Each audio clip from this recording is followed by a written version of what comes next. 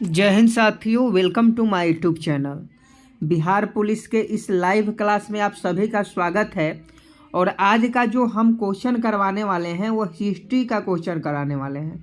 मतलब इतिहास के जितने भी इम्पोर्टेंट क्वेश्चन हैं जो बिहार पुलिस में पूछे जाने की संभावना है वो सभी क्वेश्चन आपको इस वीडियो में क्लियर करवा देंगे। तो देखिए, बिहार पुलिस में इस बार चाहते हैं सिलेक्शन लेना, और अगर आप बिहार पुलिस की तैयारी कर रहे हैं तो आप सभी इस वीडियो में शुरू से लेकर अंत तक बने रहिएगा। और 10 बजे से आपका डेली लाइव क्लास स्टार्ट हो जाता है, और अभी 10 बज गया है और क्लास भी आपका स्टार्ट हो गया है। उम्मीद है आप सभी इस लाइव क्लास से जुड़ गए होंगे, और शेयर भी कर दीजिएगा ताकि जिन तक क्लास का नोटिफिकेशन नहीं पहुंचता है वो लोग भी क्लास में समय से आ जाएंगे। तो चलिए आज का देख लेते हैं। पहला क्वेश्चन, भारतीय सिविल सेवा के जन्मदाता कौन है? आज का पहला क्वेश्चन है। आज हम लोग हिस्ट्री के क्वेश्चन करने वाले हैं, यानी इतिहास का क्वेश्चन करने वाले हैं।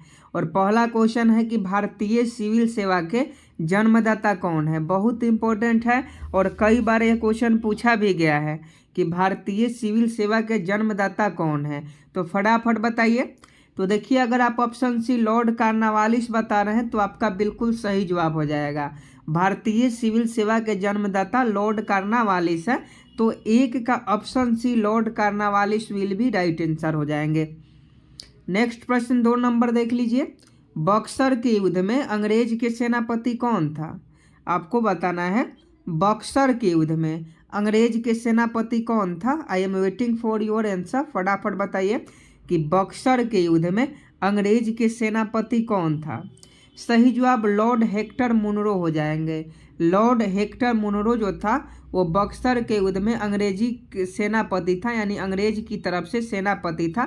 तो लॉर्ड हेक्टर मुनरो आपका सही जवाब हो जाएगा। 2 का ऑप्शन है लॉर्ड हेक्टर मुनरो, आपका बिल्कुल सही जवाब हो जाएगा। देखिए, कल के प्रैक्टिस सेट में एक क्वेश्चन हमने करवाया था कि ईस्ट इंडिया कंपनी का जो स्थापना है वह किस मुगल शासक के शासनकाल में हुआ था। तो बहुत लोग बता रहे थे जहांगीर, और एक बच्चा का कमेंट भी आया कि सर जहांगीर होगा। अरे भाई, जहांगीर उसका नहीं होगा, क्योंकि 1605 तक जो है वह अकबर का शासनकाल था। और ईस्ट इंडिया कंपनी की स्थापना कब होती है? 1600 ईस्वी में होती है।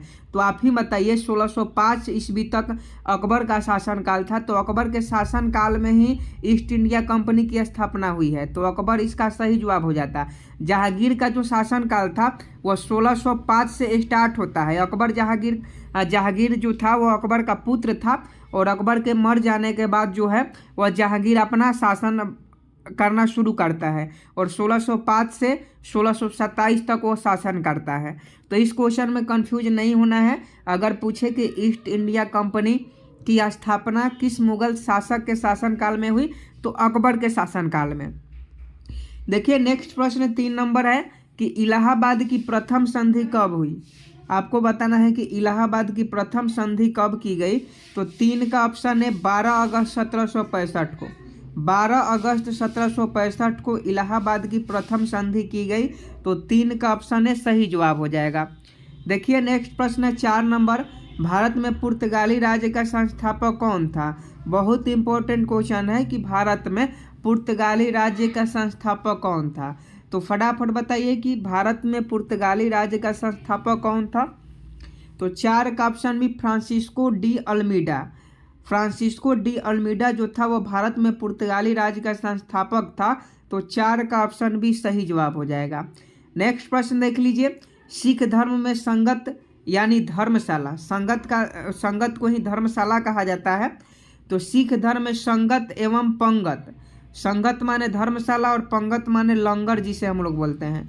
तो सिख धर्म में धर्मशाला एवं लंगर का प्रचलन किसने शुरू किया था? तो फटाफट बताइएगा। तो 5 का ऑप्शन सी गुरु नानक देव। गुरु नानक देव ने लंगर और धर्मशाला की जो प्रथा है वह शुरू किया था सिख धर्म में। तो 5 का ऑप्शन सी सही जवाब हो जाएगा। आगे देखिए कि डच लोग कहाँ के निवासी थे, क्योंकि हिस्ट्री का क्वेश्चन बहुत ही महत्वपूर्ण है और ऐसे क्वेश्चन आपके एग्जाम में पूछे भी जाते हैं, इसलिए आपको ध्यान से प्रैक्टिस सेट को करना चाहिए और नोट्स में नोट भी कर लीजिएगा कि डच लोग कहाँ के निवासी थे। तो डच लोग जो थे वह नीदरलैंड के निवासी थे। तो 6 का ऑप्शन है सही जवाब हो जाएगा। डच लोग कहाँ के निवासी थे? नीदरलैंड के निवासी थे। अगला प्रश्न 7 नंबर देखिए कि श्री अकाल तख्त साहिब की स्थापना किया था। देखिए हाल ही में गुरु गोविंद सिंह की जयंती मनाई गई है, तो हो सकता है कि सिख धर्म से संबंधित क्वेश्चन आपके एग्जाम में देखने को मिले। तो याद रखिएगा, अगर क्वेश्चन पूछे कि श्री अकाल तख्त साहिब की स्थापना किसने किया था, तो 7 का ऑप्शन है गुरु हरगोबिंद साहिब जी ने। गुरु हरगोबिंद साहिब जी ने जो है वह श्री अकाल तख्त साहिब की स्थापना किया था। आगे देखिए, हिंद की चादर के नाम से किसे जाना जाता है? हिंद की चादर, हिंद की चादर किसे कहा जाता है? तो 8 का ऑप्शन सी गुरु तेग बहादुर को। गुरु तेग बहादुर को हिंद की चादर कहा जाता है, जिसकी हत्या औरंगजेब ने करवा दी थी। क्वेश्चन पूछा जाता है कि गुरु तेग बहादुर की हत्या किसने करवाई? तो औरंगजेब ने करवा दी। अगला प्रश्न देख लीजिए कि ब्लू वाटर पॉलिसी को किसने लागू किया था? 9 का सही जवाब बताइएगा कि ब्लू वाटर पॉलिसी को किसने लागू किया था। तो 9 का ऑप्शन बी हो जाएगा Francisco de Almeida. Francisco de Almeida ही ब्लू वाटर पॉलिसी को लागू किया था, तो 9 का ऑप्शन भी सही जवाब हो जाएगा। आगे देखिए 10 नंबर की फ्रांसीसियों ने प्रथम फैक्ट्री कहाँ स्थापित किया? फटाफट बताइएगा कि फ्रांसीसियों ने प्रथम फैक्ट्री कहाँ स्थापित किया। तो 10 का ऑप्शन सी सूरत हो जाएगा। फ्रांसीसियों ने प्रथम फैक्ट्री सूरत में स्थापित किया, तो ऑप्शन सी आपका सही जवाब हो जाएगा। दोस्तों आज हम बात करने वाले हैं बिहार प्रोहिबिटेशन कांस्टेबल एग्जाम 2023 के बेस्ट बुक के बारे में, जो कि चक्षु पब्लिकेशन का है। आपको बता दें कि इस बुक में 20 प्रैक्टिस सेट मिल जाएंगे, 2000 प्लस बहुविकल्पीय प्रश्न मिल जाते हैं और previous year solved question paper भी मिल जाते हैं। आप सभी जानते हैं कि 365 का जो एग्ज़ाम हुआ था और 76 पोस्ट के लिए जो एग्ज़ाम हुआ था, वो सभी का क्वेश्चन पेपर जो है आपको इस बुक में देखने को मिल जाएंगे। साथ में आपको इसमें प्रैक्टिस सेट मिल जाते हैं, जो आपके एग्ज़ाम की दृष्टि से बहुत ही महत्वपूर्ण है। ये देख लीजिए, पूरा प्रैक्टिस सेट आपको नज़र आ रहा होगा और बिल्कुल 10th लेवल का क्वेश्चन है जो आपके एग्ज़ाम में डायरेक्ट देखने को मिलेंगे। तो देखिए, अगर आप बिहार मद्य निषेध के एग्ज़ाम में इस बार चाहते हैं एक सीट पक्का करना, अगर आप चाहते हैं इस बार सिलेक्शन लेना, तो आप सभी इस बुक को जरूर ले लें। लिंक आपको डिस्क्रिप्शन में मिल जाएगा। तो सोच क्या रहे हैं, जाइए और जल्दी से इस बुक को ले लीजिए। नेक्स्ट प्रश्न 11 नंबर देख लीजिए कि कोलकाता शहर की स्थापना किसने किया? क्वेश्चन पूछता है कि कोलकाता शहर की स्थापना किसने किया। तो देखिए फटाफट जवाब दीजिए कि कोलकाता शहर की स्थापना किसने किया। तो जॉब चार्नाक ने, जॉब चार्नाक ने कोलकाता शहर की स्थापना किया।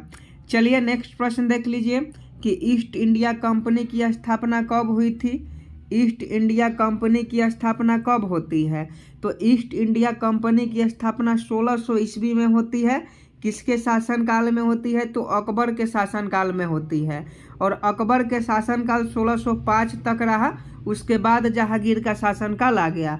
तो अगर क्वेश्चन पूछे ईस्ट इंडिया कंपनी की शुरुआत कहाँ हुई थी 1600 ईस्वी में, किसके शासनकाल में? तो अकबर के शासनकाल में। 13 नंबर क्वेश्चन देखिए कि प्रथम फ्रांसीसी गवर्नर कौन था? 13 का सही जवाब बताइए कि प्रथम फ्रांसीसी गवर्नर कौन था। तो 13 का ऑप्शन बी हो जाएगा डुप्ले। डुप्ले जो था वह प्रथम फ्रांसीसी गवर्नर था।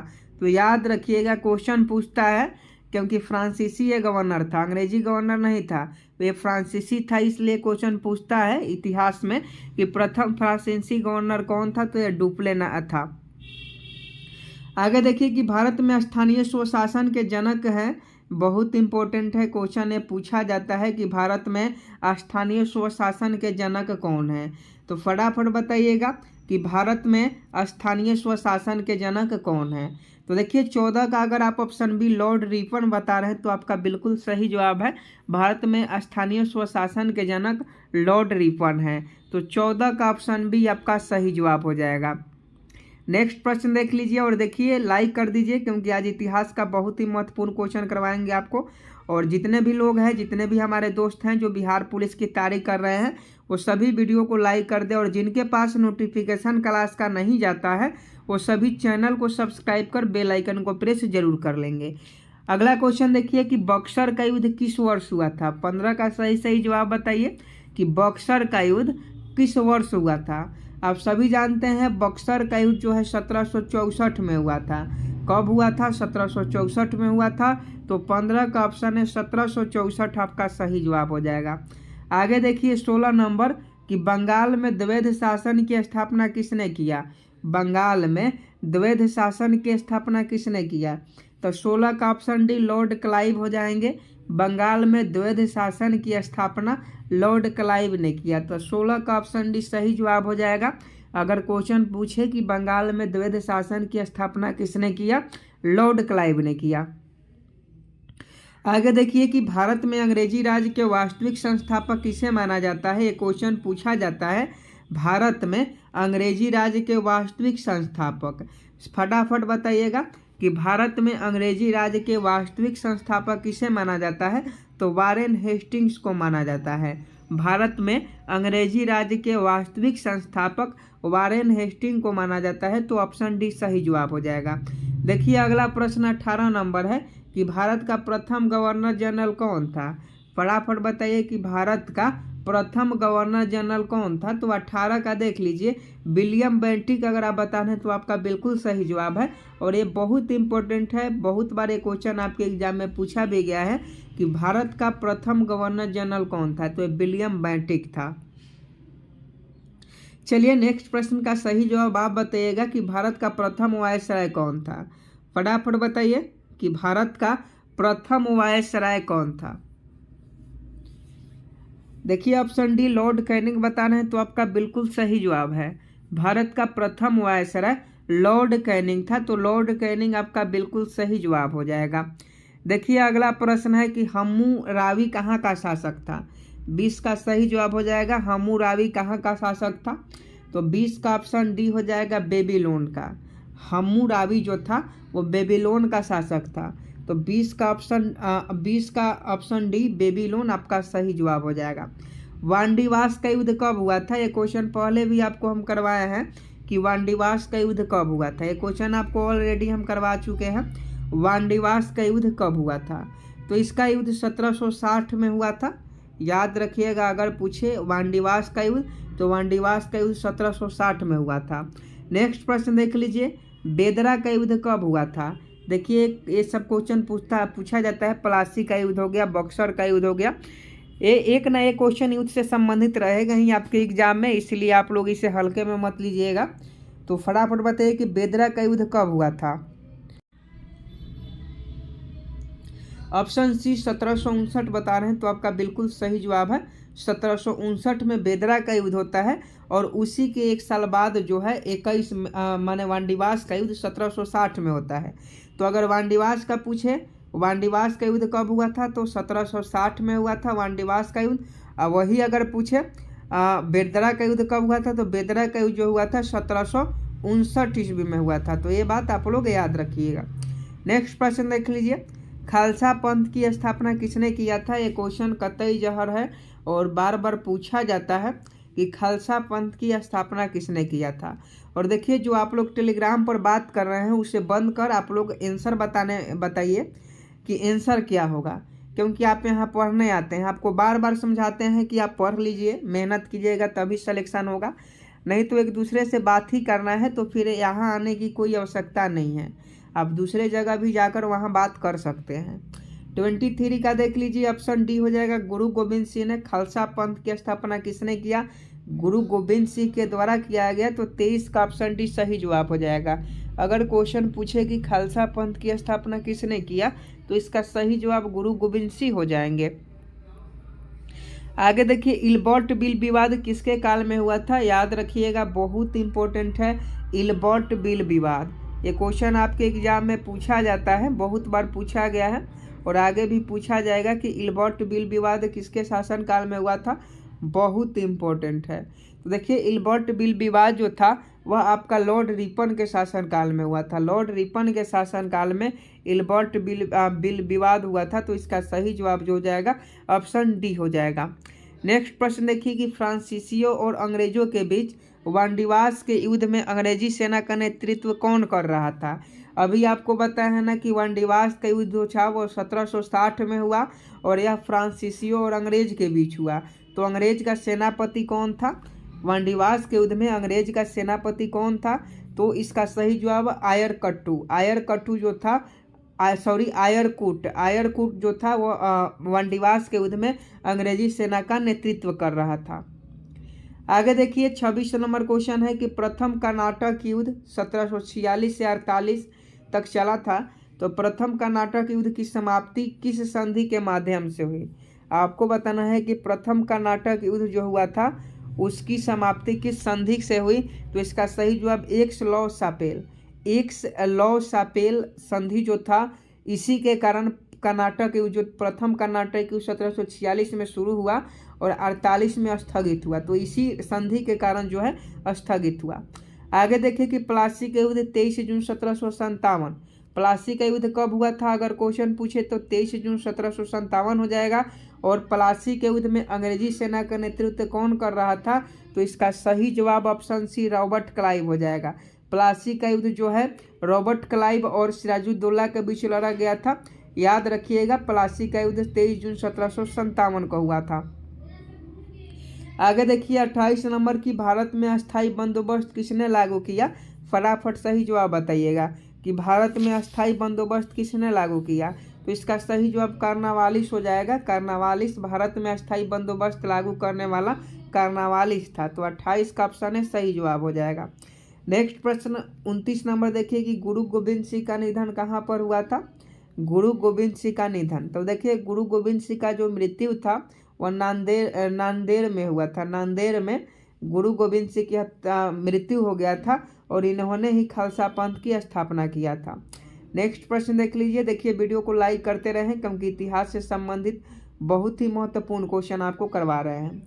30 नंबर क्वेश्चन देखिए कि पिंडारियों का दमन किसने किया था? तो पिंडारियों का जो दमन था वो आपका लॉर्ड हेस्टिंग्स ने किया था। क्वेश्चन पूछा जाता है कि पिंडारियों का दमन किसने किया था? तो लॉर्ड हेस्टिंग्स ने किया था। आगे देखिए कि 31 नंबर क्वेश्चन है कि नर बलि प्रथा पर वो किसने लगाया? फटाफट बताइएगा कमेंट बॉक्स में। सभी लोग बताएं कि नर बलि प्रथा पर वो किसने लगाया था। तो 31 का ऑप्शन है लॉर्ड हार्डिंग प्रथम। लॉर्ड हार्डिंग प्रथम जो है नर बलि प्रथा पर रोक लगाया था। तो 31 का ऑप्शन है सही जवाब हो जाएगा। आगे देखिए 32 नंबर की भारत में सती प्रथा का अंत 1829 में किस गवर्नर जनरल के द्वारा किया गया? तो भारत में सती प्रथा का अंत कब हुआ? 1829 में हुआ। किस गवर्नर जनरल के द्वारा किया गया? तो देखिए इसका नाम जो था लॉर्ड विलियम बेंटिक था। लॉर्ड विलियम बेंटिक ने 1829 में सती प्रथा का अंत किया। तो ऑप्शन डी सही जवाब हो जाएगा।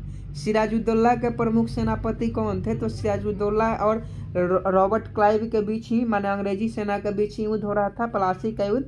और सिराजुद्दौला के जो प्रमुख सेनापति थे वो मीर जाफर थे। आगे देखिए श्रीरंगपट्टनम में स्वतंत्रता का वृक्ष किसने लगवाया था? एक क्वेश्चन पूछा जाता है कि श्रीरंगपट्टनम में स्वतंत्रता का वृक्ष किसने लगाया था। तो देखिए श्रीरंगपट्टनम में स्वतंत्रता का जो वृक्ष था वह टीपू सुल्तान ने लगवाया था। तो ऑप्शन बी सही जवाब हो जाएगा। तृतीय कर्नाटक युद्ध देख लीजिए कब हुआ था? 1758 में हुआ था। इसकी समाप्ति 63 में हुई थी। और तृतीय कर्नाटक युद्ध किस संधि के द्वारा समाप्त हुई? तो देखिए तृतीय कर्नाटक जो युद्ध हुआ था उसकी जो संधि हुई थी पेरिस की संधि के कारण ही तृतीय कर्नाटक युद्ध जो 1758 में शुरू हुआ और 1763 तक चला। तो यह पेरिस की संधि के कारण ही इसे स्थगित कर दिया गया था। टीपू सुल्तान ने राजधानी कहाँ स्थापित किया था? तो आप सभी जानते हैं टीपू सुल्तान मैसूर का शासक था और इसने अपनी राजधानी श्रीरंगपट्टनम में स्थापित किया था। तो क्वेश्चन पूछा जाता है कि टीपू सुल्तान ने राजधानी कहाँ स्थापित किया था? तो श्रीरंगपट्टनम में स्थापित किया था। आगे देखिए 37 नंबर की स्वर्ण मंदिर की नींव किसने रखा था? स्वर्ण मंदिर का नींव किसने रखा था? तो इसका सही जवाब साई मियां मीर ने स्वर्ण मंदिर की नींव रखा था। आगे देखिए 38 नंबर की सिख धर्म के अंतिम गुरु कौन थे? क्वेश्चन पूछा जाता है तो ये गुरु गोविंद सिंह थे। सिख धर्म के अंतिम गुरु कौन थे? गुरु गोविंद सिंह थे, सभी लोग जानते हैं। नेक्स्ट प्रश्न का सही जवाब बताइएगा 39 नंबर कि टीपू सुल्तान की मृत्यु कब हुई। टीपू सुल्तान की मृत्यु कब हुई, ये क्वेश्चन पूछा जाता है। तो फटाफट बताइए कि टीपू सुल्तान की मृत्यु कब हुई। तो इसका मृत्यु 1799 ईस्वी में हुआ। टीपू सुल्तान की मृत्यु 1799 में हुआ था। नेक्स्ट प्रश्न 40 नंबर है कि गुरु गोविंद सिंह का जन्म कब हुआ था।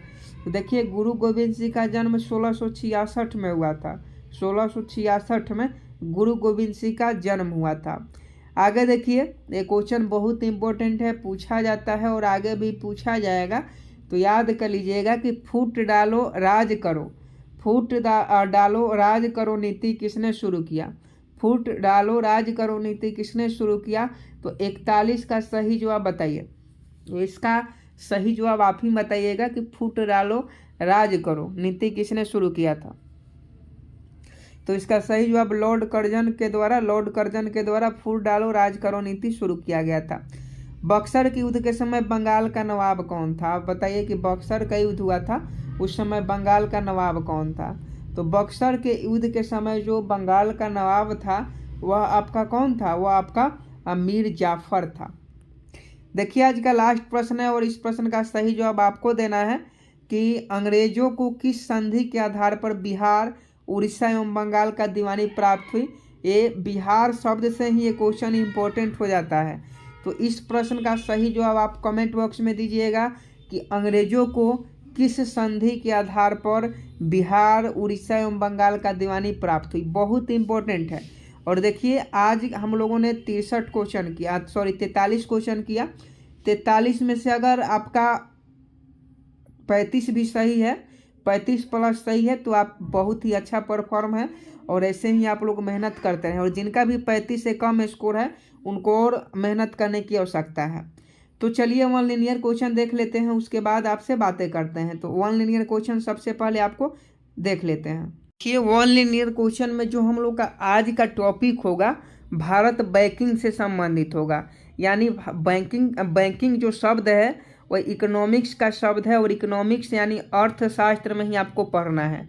तो अर्थशास्त्र से जितने भी बैंक से संबंधित क्वेश्चन पूछे जाएंगे वो सभी आपका इसमें क्लियर हो जाएगा। तो यहाँ वीडियो में शुरू से लेकर अंत तक बने रहिएगा। देखिए यूरोपीय पद्धति पर आधारित भारत का पहला जो बैंक था बैंक ऑफ हिंदुस्तान था और इसकी स्थापना 1770 ईस्वी में किया गया था।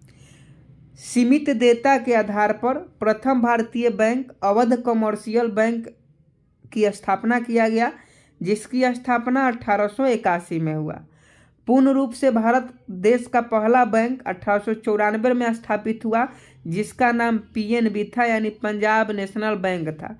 पंजाब नेशनल बैंक की स्थापना 1894 में किया गया। भारत का केंद्रीय बैंक भारतीय रिजर्व बैंक होता है, आरबीआई है। आरबीआई की स्थापना 1934 के अधिनियम के तहत किया गया। यह अनुसूची 2 में है और इसकी जो स्थापना है 1 अप्रैल 1935 को किया गया। क्वेश्चन आपसे पूछा जाता है कि आरबीआई की स्थापना कब हुआ। 1 अप्रैल 1935 को। आरबीआई की स्थापना किस एक्ट के तहत किया गया।